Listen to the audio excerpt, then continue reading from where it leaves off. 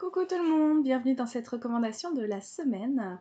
Cette semaine, je vais, une fois n'est pas coutume, vous présenter une saga, et une fois n'est pas coutume, une saga plutôt orientée vers les adolescents, jeunes adultes.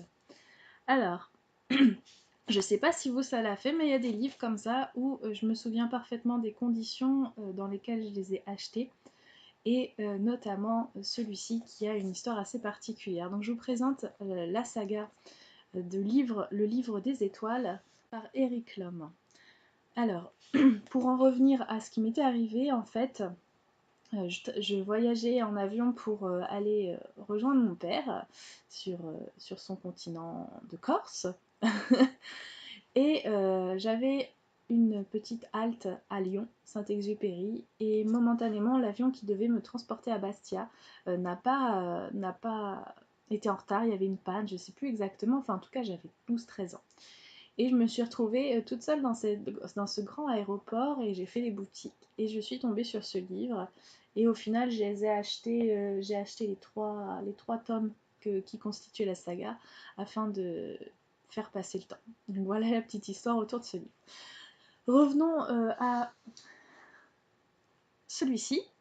Donc c'est le premier tome, KDR le sorcier, le deuxième est le Seigneur Chat et le troisième c'est le visage de l'ombre. Alors, qu'est-ce que ça raconte? C'est l'histoire déjà d'un pays qui s'appelle le Pays 10, qui est situé entre le monde certain et le monde incertain. Alors, le monde certain, c'est le monde tel que nous le connaissons aujourd'hui, et donc le Pays 10 serait finalement une pointe non annexée du monde certain, une pointe bretonne. Ce qui est assez drôle, je trouve. Surtout quand on voit après le folklore qui est mis dedans. Et le monde incertain, c'est un monde beaucoup plus brutal, beaucoup plus incertain, en tout cas où la tranquillité n'est pas de mise et où il y a plus de brut que de gentil. Et nous sommes au Pays 10 et nous allons suivre le parcours de Guillemot qui est un jeune garçon à qui il arrive, qui est plutôt quelconque finalement. Excusez-moi, j'ai du mal aujourd'hui à parler, mais il n'y a pas de souci.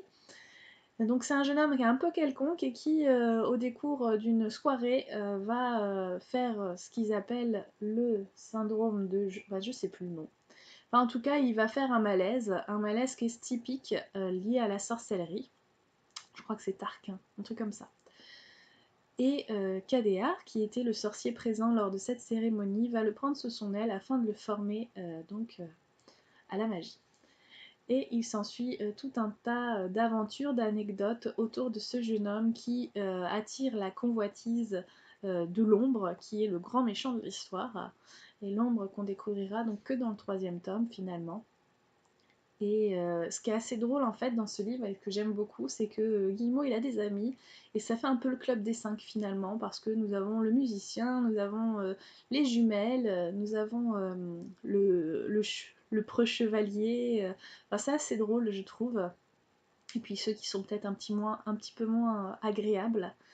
Et on va suivre leurs histoires qui sont assez... J'aime beaucoup l'humour en fait utilisé dans ce livre-là. Donc, je vais pas vous dire encore une fois assez drôle, ça va vous gonfler.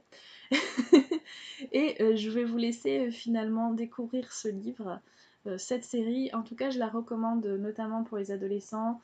Alors, si je peux vous lire ce qui est décrit, c'est dans la lignée des grands romans fantastiques, une aventure captivante qui entraînera dans un univers magique d'une grande richesse.